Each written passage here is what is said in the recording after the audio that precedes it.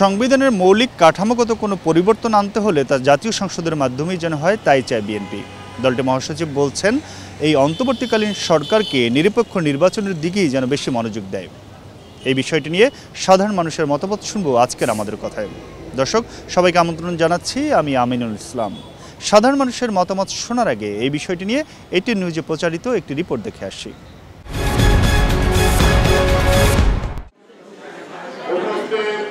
সোমবার ঢাকা রিপোর্টার্স ইউনিটিতে দ্বিকক্ষ বিশিষ্ট পার্লামেন্ট উচ্চকক্ষের গঠন বিষয়ে এক আলোচনা সভার আয়োজন করে জাতীয় সমাজতান্ত্রিক দল জেএসডি।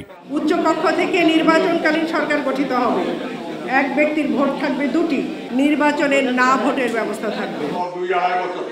দলটির সভাপতি আসম আব্দুর রব এ সময় সংবিধান সংশোধনের দাবি জানান। নির্বাচন আমরা অবশ্যই করব, নির্বাচন অবশ্যই লাগবে, তবে সংস্কার ছাড়া নির্বাচন করে যে এই জাতির কোনো লাভ, এই রক্তের সাথে বিশ্বাসঘাতকতা করা।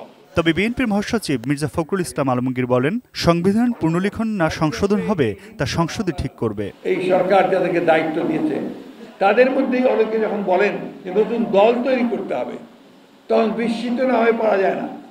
এই এখতিয়ার ওনাকে কে দিয়েছে? উনি এই দায়িত্ব পেলেন কোথায় যে তিনি বলবেন যে নতুন দল তৈরি করতে হবে? তাহলে আমরা কি করে জনগণ ভাববে যে এরা নিরপেক্ষভাবে কাজ করছে? অন্তর্বর্তী সরকারের অনির্দিষ্টকাল ক্ষমতায় থাকা ঠিক হবে না বলেও মন্তব্য করেন মির্জা ফখরুল। কিছু সংগঠন, বেশ কিছু গোষ্ঠী তারা ইতিমধ্যে কাজ শুরু করেছেন যে এই অন্তর্বর্তীকালীন সরকারকে অনির্দিষ্টকালের জন্য রাখা হবে। তারা একেবারেই পরিবর্তন করে দেবে, সমস্ত সংস্কার তারাই করে দেবে। তাহলে জনগণের তো দরকার নেই, পার্লামেন্টের দরকার নেই। বিএনপি মহাসচিব এরপর ছাত্র জনতার আন্দোলনে আহতদের দেখতে পঙ্গু হাসপাতালে যান।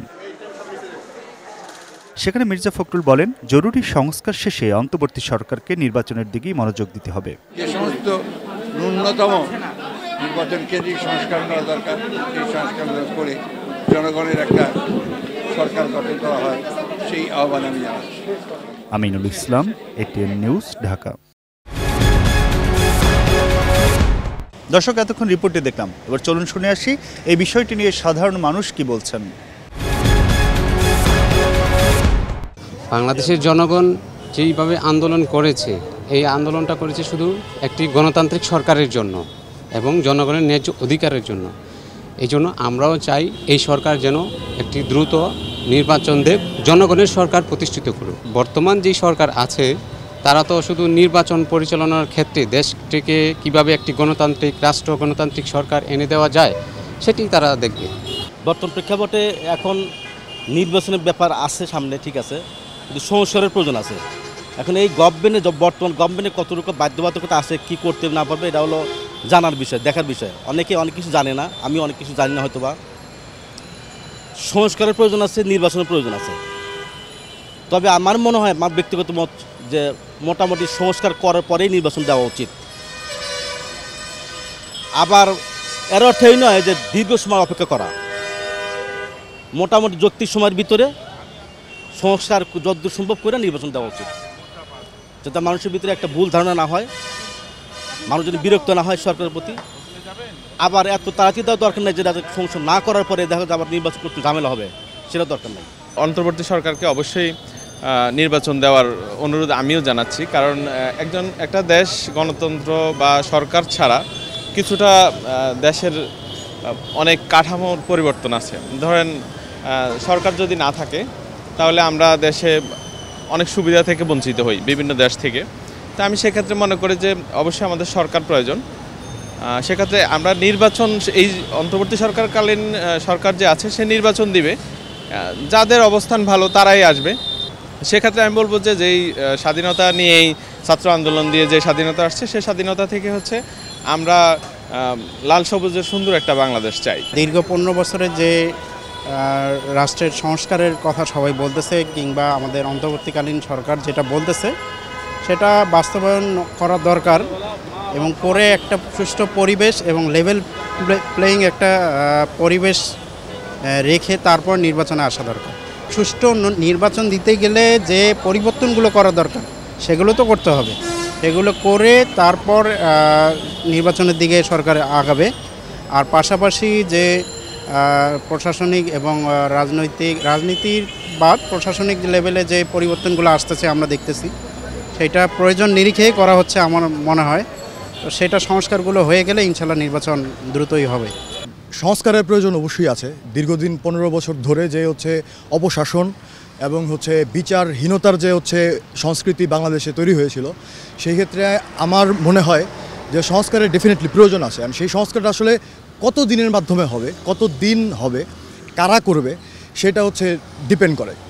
যে দলই ক্ষমতায় এসেছে তারা হচ্ছে আসলে জনগণের ভোটের তেমন তোয়াক্কা করে নাই। তো সেই ক্ষেত্রে আমি বলবো যে আমাদের সংস্কারের প্রয়োজন আছে, সেটা দ্রুত সম্ভব তো আসলে বলা যায় না।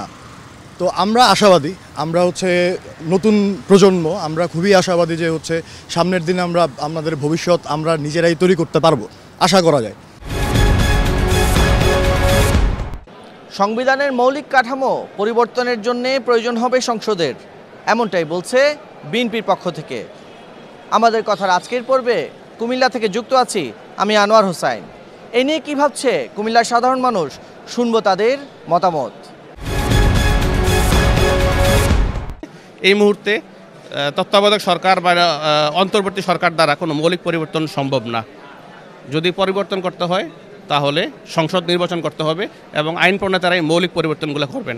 সংবিধানের উপর ভিত্তি করেই আমরা দেশের আইন এবং যত কার্যক্রম আমাকে চলিতে হচ্ছে, এটা যদি চেঞ্জ করতে হয়, আমার বিষয়টা হচ্ছে যে আসলে এটাও একটা সংশোধনের বিষয়।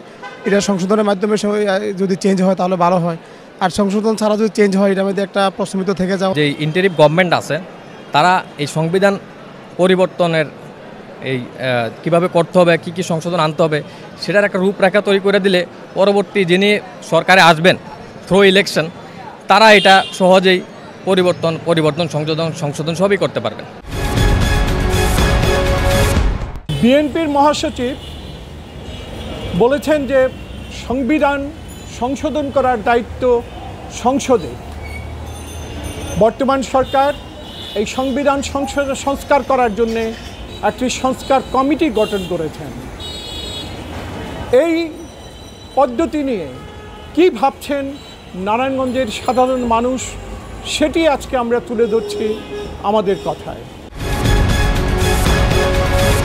5 তারিখের পর থেকে যে অন্তর্বর্তীকালীন সরকার বসছে, তো কিছু কিছু আইন যেগুলো তারা সবসময় আমরা দেখছি সংবিধান পরিবর্তন হয় সংসদের মাধ্যমে, কিন্তু এখন তারা কিছু সংবিধানের কিছু পরিবর্তন করতে চাইতেছে। তবে আমার মনে হয় এইটা সংসদ যারা নির্বাচিত হয়ে আসবো, হয় বিএনপি, আওয়ামী লীগ বা যে কোনো দলই নতুন কেউ নির্বাচিত হয়ে আসার পরে আমার মনে হয় সংবিধানটা সংশোধন করা উচিত।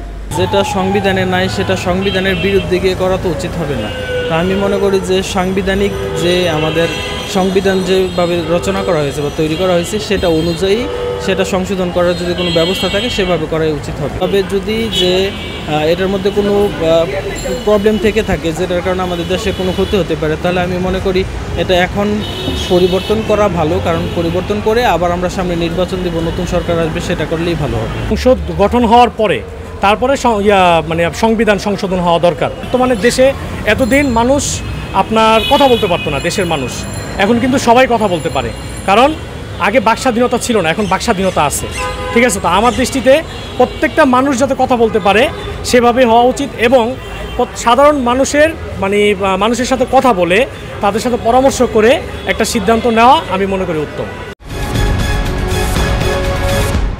আমাদের কথা অনুষ্ঠান আজকের মতো শেষ করছি। আবারও নতুন কোনো বিষয় নিয়ে দেখা হবে একই সময়ে একই চ্যানেলে।